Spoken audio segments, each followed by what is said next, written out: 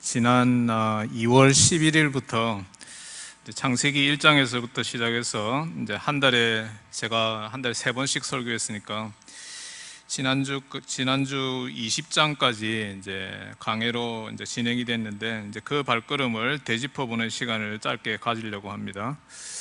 그래서 이제 그 말은 무슨 말인가 하니까 1장부터 이제 20장까지 주요 내용을 간략한 제목을 붙이는 방식으로 살펴보겠는데, 너무 많은 것 같아서 12장부터만 한번 해보겠습니다. 12장에 이제 아브라함이 본격적으로 등장하는데, 12장에 하나님께서 아브라함을 부르셨죠. 아브라함이 이제 그 당시에 갈대아 우르에 살고 있었는데, 하나님께서 이제 아브라함을 부르셔서 이제 가나안 땅으로 인도하셔서 아브라함이 쉐겜이라는 곳에 제일 먼저 도착해서 이제 살게 됩니다. 그리고 13장은 여러분들 기억하시는지 모르겠는데, 이제 아브라함이 이제 애굽에 내려갔다가 돌아오고 난 다음에 이제 사실은 이제 재산이 많이 늘어나게 되고, 그리고 이제 함께 지내고 있던 조카 롯과 이제 더 이상 함께 할 수 없어서 롯은 결국은 어디로 떠나게 되는 거 아니까? 어디로 떠난다라고 했습니까?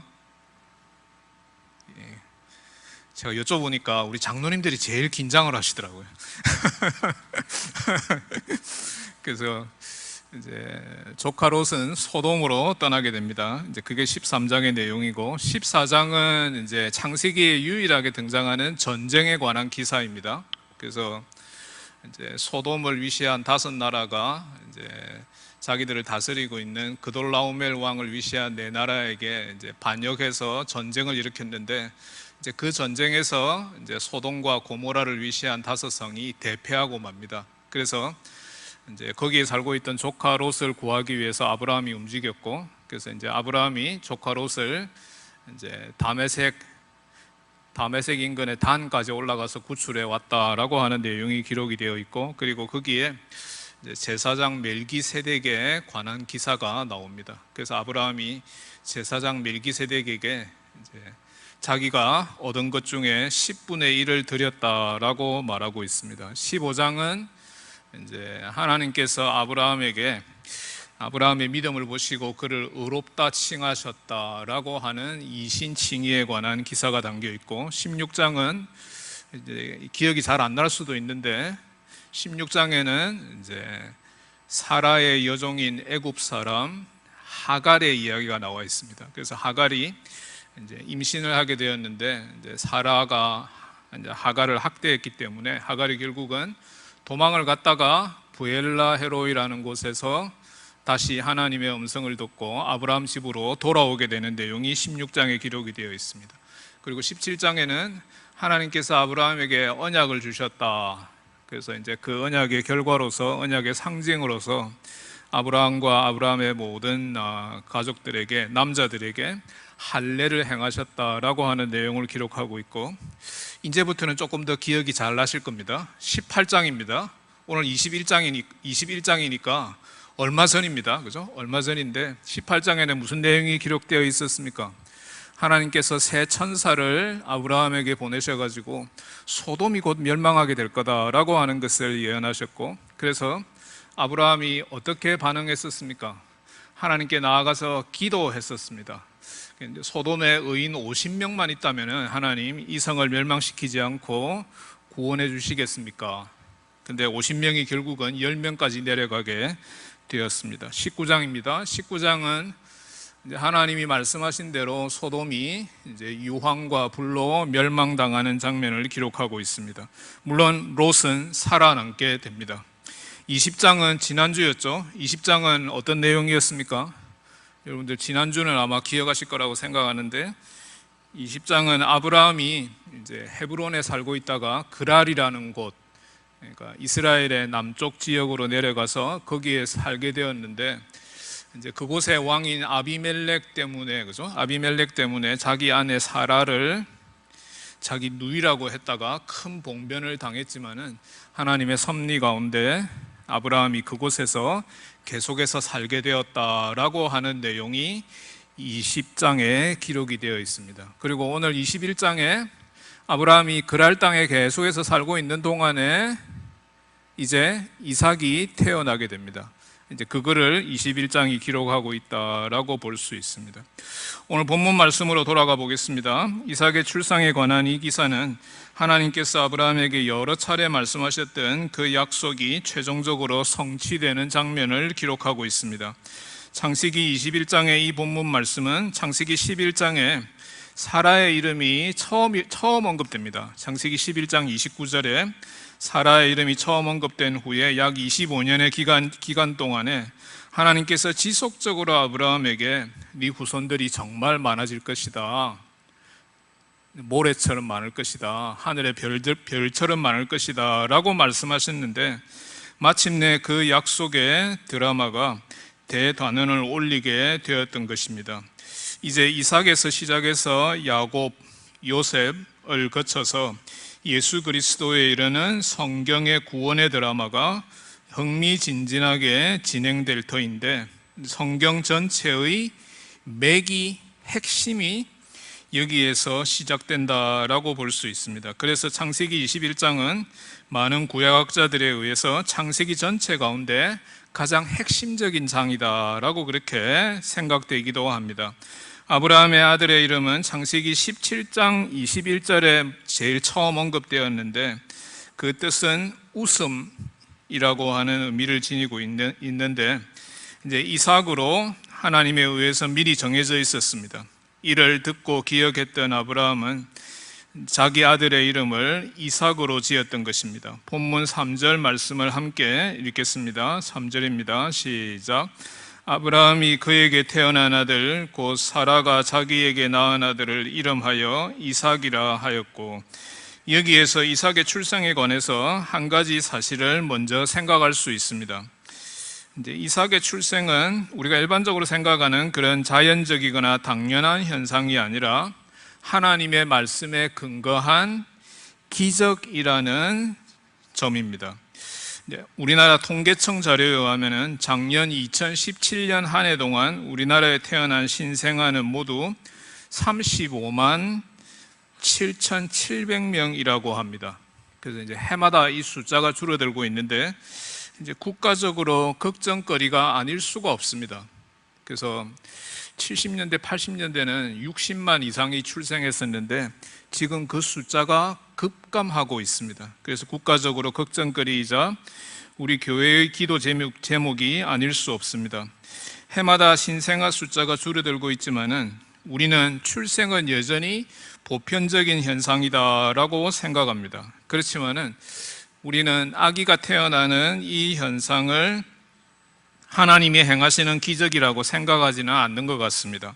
그러나 성경의 가르침은 우리가 이렇게 일상적인 일로 생각하는 아이의 출생이 하나님 말씀에서부터 비롯되었다라고 강조합니다. 창세기 1장 28절 말씀입니다. 하나님이 그들에게 복을 주시며 하나님이 그들에게 이르시되 생육하고 번성하여 땅에 충만하라. 이제 이 구절에 생육하다라고 하는 단어는 우리가 쉽게 생각할 수 있는 대로 이제 뭐뭐의 숫자를 늘리다 또는 뭐뭐를 많아지게 하다라고 하는 의미입니다. 사람의 수가 늘어나는 방법은 이제 결혼한 부부가 아기를 낳는 것입니다. 아기를 출산하는 것은 자연적인 현상이기에 앞서서 하나님의 말씀에 의해서 일어나는 기적이다라고 하는 것이 이 구절의 증거입니다. 그런데 이 구절이 장세 이후로 보편화되어 결혼한 거의 모든 부부가 아기를 출산하게 되니까 이제 더 이상 이거는 기적이 아니라 일상적인 일로 간주된 것입니다. 우리는 하나님의 말씀을 따라 아기의 출생이 자연을 보존하는 하나님의 놀라운 기적임을 믿고 고백해야 할 것입니다. 오늘은 이삭의 출생에 관해서 본문 말씀을 중심으로 살펴보는 가운데 우리 주님께서 우리에게 주시고자 하는 은혜를 함께 나누고자 합니다. 한 세 가지로 살펴볼 터인데, 첫째, 이삭의 출생을 통해서 아브라함과 사라에게 즐거움과 행복이 주어졌습니다. 본문 6절 말씀을 다 함께 읽겠습니다. 6절 시작. 사라가 이르되 하나님이 나를 웃게 하시니 듣는 자가 다 나와 함께 웃으리로다. 사라는 지금 이 시점에서 생각해 보면은 이제 그보다 1년 전에는 헤브론에 살고 있었는데 이제 그때 우리가 앞에 살펴봤던 대로 하나님의 새 천사가 찾아와서 아브라함에게 말씀했던 그 내용을 사라가 엿들었던 것을 떠올리지 않을 수 없었을 것입니다. 창세기 18장 10절 말씀입니다.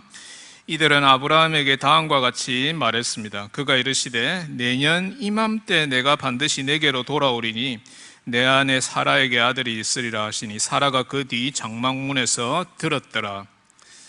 사라가 이에 대해서 어떻게 반응했습니까? 18장 12절 말씀입니다. 사라가 속으로 웃고 이르되 내가 노쇠하였고 내 주인도 늙었으니 내게 무슨 즐거움이 있으리요. 그러니까 사라가 지금 천사가 아브라함에게 하고 있는 그 말을 지나가다가 그냥 들었는데 그게 도저히 믿어지지가 않는 겁니다. 어떻게 이런 일이 나한테 있을 수가 있느냐. 그래서 속으로 헛웃음이 나올 수밖에 없었습니다. 자신도 아브라함도 이제 너무 늙어서 아들을 안게 되는 즐거움을 누리지 못할 것이다 라고 생각했습니다. 그러나 이제 그들이 그랄 땅으로 옮겨와서 약 1년이나 지나는 동안에 하나님께서 사라를 돌아보셔서 은혜를 베푸셨고 사라는 마침내 임신해서 출산하게 되었습니다. 본문 1절, 2절 말씀을 함께 읽어보겠습니다. 1절, 2절입니다. 시작. 여호와께서 말씀하신 대로 사라를 돌보셨고 여호와께서 말씀하신 대로 사라에게 행하셨으므로 사라가 임신하고 하나님이 말씀하신 시기가 되어 노년의 아브라함에게 아들을 낳으니. 그렇습니다. 이 두 구절에 하나님이 말씀하셨다라고 하는 표현이 세 번이나 등장합니다. 뭐 때문에 이런 표현을 똑같은 표현을 세 번이나 사용했을까? 그 이유는 제가 앞서 말씀드린 대로 이삭의 출생이 하나님의 말씀에 의한 기적이다라고 하는 것을 강조하기 위함입니다. 창세기 저자는 이삭의 출생이 기적이며 특히 하나님의 말씀과 약속에 의해 이루어진 기적이다라고 하는 사실을 특별히 강조하고자 했음을 알 수 있습니다. 그녀의 헛웃음과 비웃음은 이삭의 출생을 통해서 이제 큰 기쁨과 즐거움으로 변화되었습니다. 하나님의 약속이 더디 이루어지니 이루어지지 않는 것 같았지만은 때가 이름에 그의 약속은 마침내 실현되었고 아브라함과 사라는 아들을 품에 안고 즐거워할 수 있었습니다. 그들의 기쁨은 이제 세상 어떤 것과도 비교할 수 없는 큰 기쁨이었고 즐거움이었습니다. 본문에 기록되지 않았지만은 이들의 평생에 이삭의 출생보다 더 큰 경사는 아마도 없었던 것 같습니다. 그래서 아마 이들은 주위의 사람들을 불러놓고 큰 잔치를 베풀었을 것입니다. 오늘 우리가 봉독하지는 않았지만은 7절까지 우리가 봉독했는데 8절에는 이삭이 이제 커서 젖을 떼던 날에 아브라함이 큰 잔치를 베풀었다라고 기록하고 있습니다. 이들이 누린 이 기쁨은 하나님께서 주신 형언할 수 없는 큰 기쁨이었는데 이는 구체적으로 성령 하나님의 역사로 주어진 기쁨을 가리킵니다. 갈라디아서 5장 22절은 기쁨, 희락을 이제 성령의 열매 가운데 두 번째로 언급하고 있습니다. 그들은 이 신령한 기쁨을 이웃들과 함께 나누게 되었습니다. 본문 6절을 보면은 사라가 이르되 듣는 자가 다 나와 함께 웃으리로다. 이제 이 사라의 즐거움은 성령 하나님께서 선물로 주신 기쁨이며 또한 너무 이제 큰 즐거움이어서 이삭의 출생을 축하하러 왔던 마을 사람들에게도 이 즐거움이 자연스럽게 전달되었던 것입니다. 그런데 여기서 하나 생각할 수 있는 것은 뭔가 하니까 지금 이제 사라와 아브라함이 이제 아들을 놓고 너무 기뻐하고 즐거워하고 있는 이 장면하고 이삭이라고 하는 이 아들의 이름이 너무 잘 어울린다라고 하는 사실입니다. 이제 아까 말씀드린 대로 이제 이삭의 이름의 뜻은 웃음인데 아브라함과 사라가 이삭을 볼 때마다 이 아들을 얻게 된 것이 얼마나 놀라운 하나님의 기적인가라고 하는 사실을 떠올리게 되어서 웃음이 그치지 않았고 기쁨과 즐거움 그리고 감사가 넘쳐났던 것입니다. 그래서 이제 우리나라 사람들도 뭐 그렇지만은 이제 특히 이제 고대 히브리인들은 이제 이름하고 그 이름이 지칭하는 대상을 동일시하는 경향이 아주 강했습니다. 그 말은 무슨 말인가 하니까 이제 아브라함과 사라가 이제 이 아들의 이름을 웃음이라고 지었다라고 할 때 이삭은 사실은 우리에게 웃음을 가져다 주는 존재다라고 하는 뜻입니다. 그래서 이제 가만히 생각해 보면은 이 웃음이라는 이름은 정말 좋은 이름인 것 같습니다. 이제 제 주위에 모르겠습니다. 제 주위에 이제 그 어떤 아이도 웃음이라는 이름을 지닌 아이는 없는 것 같습니다. 근데 진짜 좋은 이름입니다. 생각하면 생각할수록 좋은 이름이 아닐 수가 없습니다. 부산의 어느 교회도 이삭이라는 이름을 붙이고 있습니다. 제 개인적인 말씀을 드려서 죄송하지만은 제 이름도 이삭 못지않게 참 좋은 이름입니다. 왜 그런지 제가 설명을 드리겠습니다. 제 이름에 이제 신자가 있는데 그 신자는 믿을 신자이고 그 다음에 두 번째 열자가 있는데 열자는 기쁠 열자입니다. 이게 이제 제 이름의 한자인데 이제 풀이하면은 그렇습니다. 믿음으로 기뻐하고 즐거워한다는 것이 제 이름의 뜻입니다. 저희 부모님께서 제 이름을 지으실 때 아마 이삭을 생각하지 않으셨나 라고 생각을 해보기도 합니다. 한 번도 여쭤보지는 못했는데 오늘 설교 끝나고 난 다음에 저희 어머니한테 가서 한번 여쭤보려고 그럽니다. 그래서 신열이라는 제 이름은 한국식 이삭이라고 보아도 무방할 것입니다. 우리 모든 교우들의 가정에 주님 주신 자녀들로 인해서 즐거움과 행복이 넘쳐나게 되기를 축원합니다. 또한 앞으로 우리 교우들의 가정에 태어나게 될 자녀들도 우리 주님의 기쁨이 되고 가정에 즐거움과 행복을 주는 사람들이 될 수 있도록 우리가 더욱 열심히 주님께 간구해야 할 것입니다. 둘째, 이삭의 출생은 하나님의 전능하심을 통해 이루어졌습니다. 사라는 이제 자기 자신이 아들을 낳지 못할 것이다 라고 생각했습니다.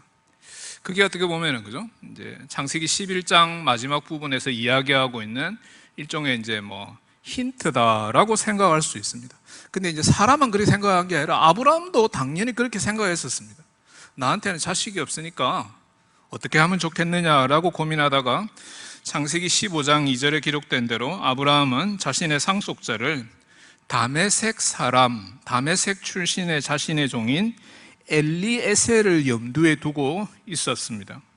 또한 창세기 16장 1절 이하의 증거대로 이제 사라는 지금 결혼한 지가 한참 됐는데 이제 자녀가 없으니까 자기 여종 하갈을 통해서 이스마엘이라는 아들을 아브라함에게 안겨주었습니다.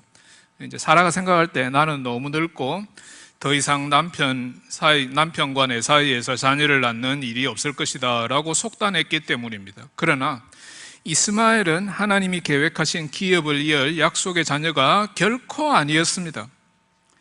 헤브론에서 하나님은 이제 사라에게 1년 뒤에 네 몸에서 친히 아들을 놓게 될 것이다 라고 천사들을 통해서 말씀해 주셨습니다.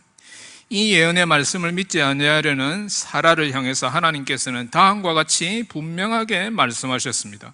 창세기 18장 14절 말씀을 함께 읽겠습니다.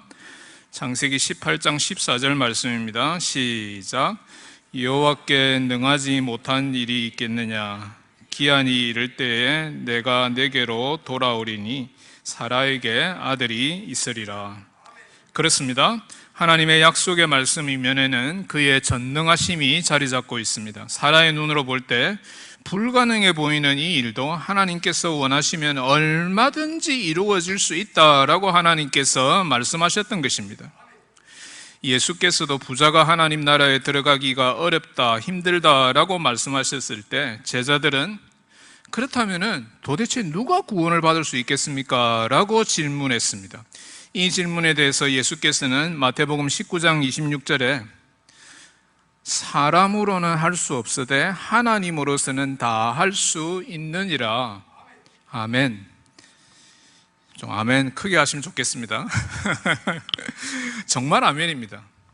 사람으로는 할 수 없는 일인데 하나님으로는 능히 할 수 있다라고 예수님께서도 이제 동일한 말씀을 하셨던 것을 우리가 복음서에서 읽어볼 수 있습니다. 우리 하나님은 자신의 의지로서 원하시는 일을 얼마든지 행하시고도 남음이 있습니다.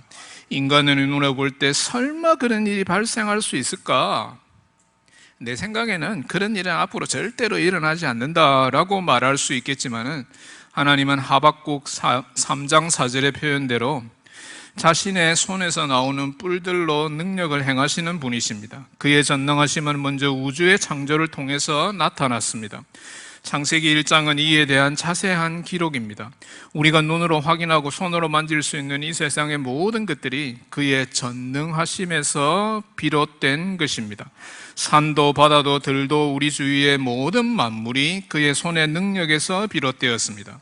하나님의 창조를 믿는 사람은 그의 전능하심도 믿게 됩니다. 또 달리 말씀드리면 그걸 거꾸로 하면 무슨 말인가 하니까 하나님이 이 세상을 만드셨다라고 하는 것을 믿지 못하는 사람은 하나님이 전능하다라고 하는 것을 믿지 못하는 사람입니다. 그래서 많은 사람들이 이 세상은 창조된 게 아니라 진화된 것이다라고 말할 때 그 사람들이 진짜 하는 말은 무슨 말인가 하니까 하나님은 전능하지 않다라고 말하고 있는 것과 다를 바가 없는 것입니다. 우리가 하나님을 믿는다고 말할 때 가장 우선적으로 고백되어야 하는 것은 그의 창조주 되심입니다.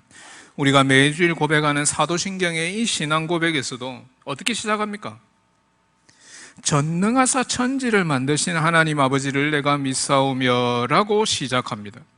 우리 하나님은 창조주로서 만물의 생명을 부여하셨고 자신의 전능으로서 인간을 지으시되 창세기 2장 7절의 표현대로 그 코에 생기를 불어넣어 주셨던 것입니다. 이삭을 만드신 분도 하나님이셨습니다. 아브라함과 사라가 크게 기뻐할 수 있었던 이유도 하나님께서 자신의 전능으로 이삭을 허락해 주셨음을 깨달았기 때문입니다. 마찬가지입니다.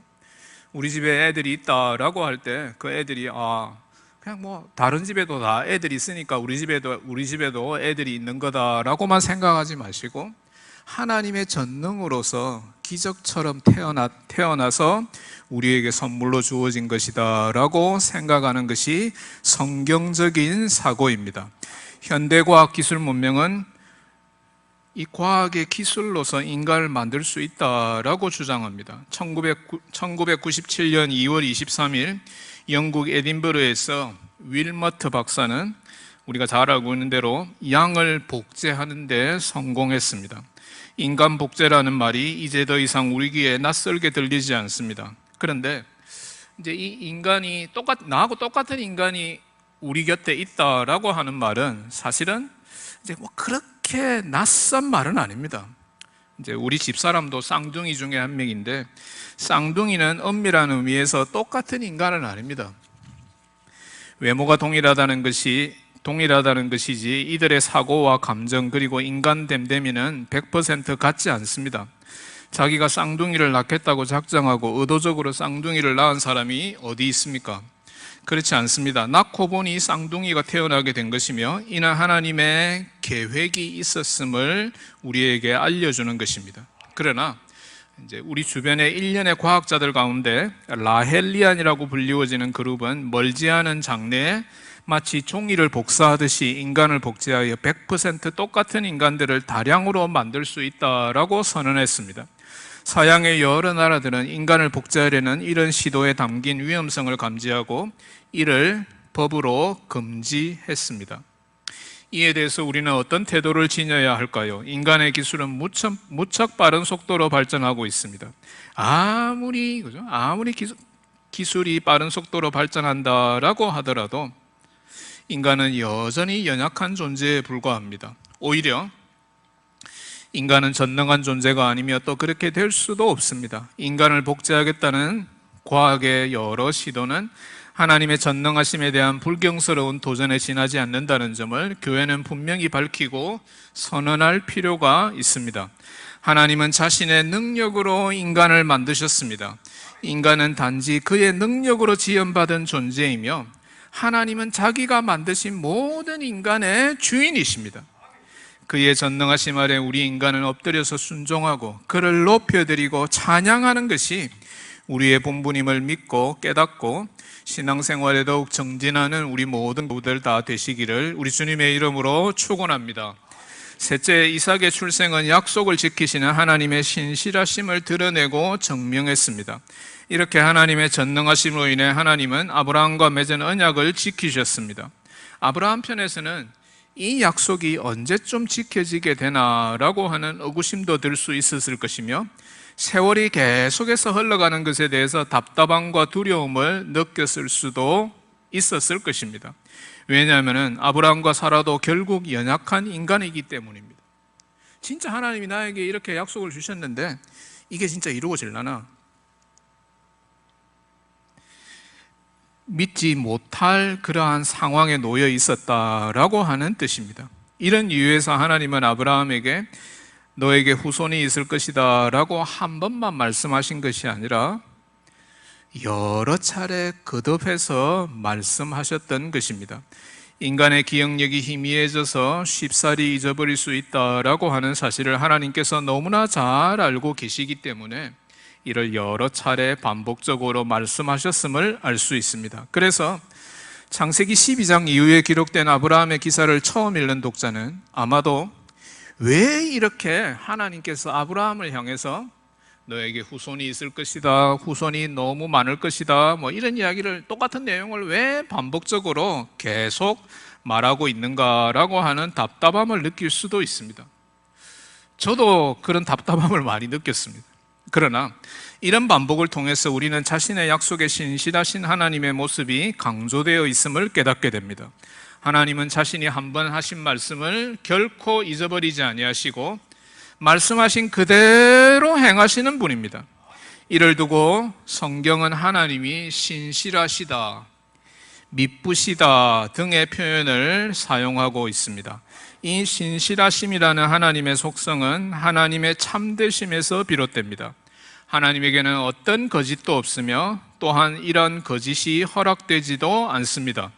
우리가 하나님을 묵상하고 그분께 아뢰 때 우리는 이 사실을 항상 잊지 않도록 노력해야 합니다. 그래서 시편 기자는 하나님의 신실하심을 노래하기 위해서 여러 차례 그분을 바위 또는 산성이라는 은유적 표현을 동원하기도 합니다. 시편 89편 26절 말씀입니다. 그가 내게 부르기를 주는 나의 아버지시요 나의 하나님이시요 나의 구원의 바위시라 하리로다. 계속해서 시편 71편 3절 말씀입니다. 주는 내가 항상 피하여 숨을 바위가 되소서. 주께서 나를 구원하라 명령하셨으니 이는 주께서 나의 반석이시요 나의 요새이심이니이다. 그렇습니다. 우리가 믿는 하나님은 말씀으로 행하신 모든 약속을 단 하나도 빠뜨리지 아니하고 그리고 그 어떤 실수도 없이 모두 지키시는 정확한 하나님이십니다. 그의 약속하심에 대해서 변함이 전혀 없습니다. 그러므로 우리는 언제나 그를 든든히 신뢰할 수 있습니다. 여기에 우리 믿음의 아주 중요한 요소가 발견됩니다. 지난번에도 제가 한번 말씀드린 것 같은데 하늘이 두 동아리가 난다라고 하더라도 하나님은 자신의 약속을 지키심에 변함이 전혀 없다라고 하는 것을 믿는 것이 바로 참된 믿음입니다. 그런 일이 일어나지는 않겠죠. 하나님이 하늘을 지으시고 이때까지 하늘은 변함없이 잘 존재해 왔습니다. 그런데 진짜 하늘이 두 동아리가 난다라고 하더라도 이 하나님의 약속만은 변함이 없다라고 하는 것입니다. 그게 바로 하나님의 하나님 되심을 우리에게 알려주고 있는 것입니다. 그의 전능하심으로 아브라함을 향한 사랑으로 약속을 반드시 지키시는 신실하신 하나님, 이분이 아브라함이 의뢰하던 하나님이었습니다. 이 하나님은 지금도 살아계셔서 우리에게 자신의 말씀으로 권능으로 다가오시며 약속을 허락해 주십니다. 이 약속에 신실하신 하나님의 말씀을 더욱 굳게 믿고 주님을 확실히 신뢰하는 저와 여러분들 되시기를 진심으로 축원합니다. 다시 오셔서 우리를 구원하시고 천국으로 인도하시겠다라고 하는 주님의 약속이 언제쯤 이루어지는 것 같은가? 사도 베드로 시대에 많은 사람들이 그런 질문을 했던 것 같습니다. 예수님이 이 땅에 계시는 동안에 엄청나게 많은 기적을 행하시고 많은 사람들에게 사랑을 베푸시고 자기 몸을 버려서 우리를 죄에서 구원해 주셨는데 거기까지는 너무 좋은데 예수님이 하늘로 올라가 버리셨다.